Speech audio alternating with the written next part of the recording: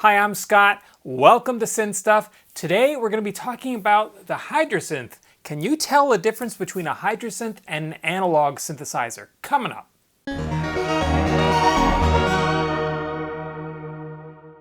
So this came about because my wife was listening to some kind of crap spa music channel on the Alexa this morning, and it was just basically somebody playing long drawn out pads on a synthesizer and occasionally the sound of like a flute or a lute or mandolin or something playing a simple little melody. And I said, I could make that in a few seconds. She's like, well, go do it. So I was down here messing around thinking, what would I actually use to make that kind of sound? And of course, my go-to, I went to the Hydrasynth because the Hydrasynth can do everything. If you haven't seen my Hydrasynth can do everything video, I'll put a link to it up here. Then I thought, pads are kind of traditionally the domain of the analog synthesizer, although in the 90s, synthesizers like the JD800, which I've got over there, kind of brought a new meaning to the pad with a more brash digital sound. But I'm talking about the very delicate, lush sounding pads that are definitely the domain of analog synths. So partly because of my wife's insistence this morning about playing the pads and so on, but partly because there is a lot of critics of the Hydrasynth that say that it is too digital sounding, it has no low end, it's brittle and brash, and that's why they don't like it. And obviously they have never actually played with a Hydrasynth for any amount of time because it is none of those things. Yes, it can do that, but it can be as lush and thumping low end as any synthesizers, any analog synthesizer. And so to put my money where my mouth is, I have sat down here and played 12 different pieces. And I mean, they're just short little things of a few seconds each. And when I say pieces, I mean, I'm just screwing around playing some chords.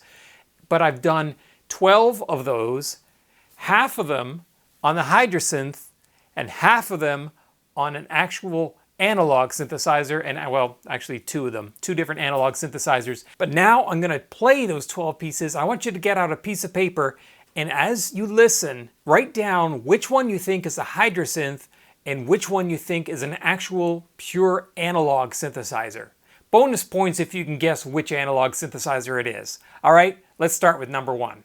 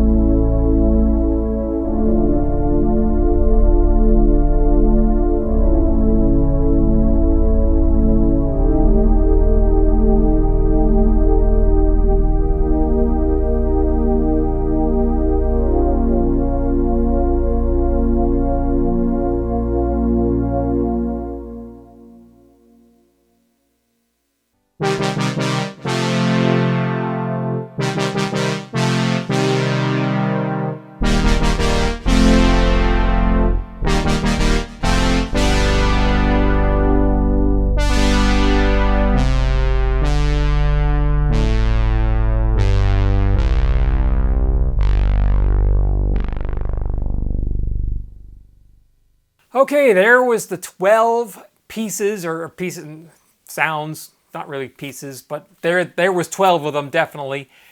What did you think? Which ones do you think were Hydrasynth? Which ones do you think were analog synthesizer? I can guarantee that pretty much nobody is going to get these right, but I thought it was an interesting exercise in any case. The answer is absolutely none of them were analog synthesizer. Everything you heard was this Hydrasynth. There was absolutely no analog synth in there, and I guarantee that some of you thought it was an analog synthesizer. The fact is, the modeled digital filter in the Hydrasynth, the oscillators, the ability to add in the lush layers of chorus and reverb, and it just emulates analog synthesizers so well that for the most part, nobody can tell the difference. And you heard me play lots of stuff with lots of low end, very low end sounds, and I mean, I've had the subwoofer up in here, literally the walls were shaking. So yes, the Hydrasynth can put out low end bass, the Hydrasynth can do lush analog pads, the Hydrasynth can do everything. I'm sorry it was kind of a trick video this time, but I was really did this to try to get a point across that if you are looking for a synthesizer that can sound analog but can also do trance and can also do the latest digital and can also do wavetable and it just literally can do everything, the Hydrasynth should be at the top of your list. And that's why it is my favorite traditional subtractive synthesis synthesizer. That's all for this video. If you like what you saw, click like, subscribe, leave your comments in the comments section below. I really appreciate when you do. It really helps me out. Thanks for watching.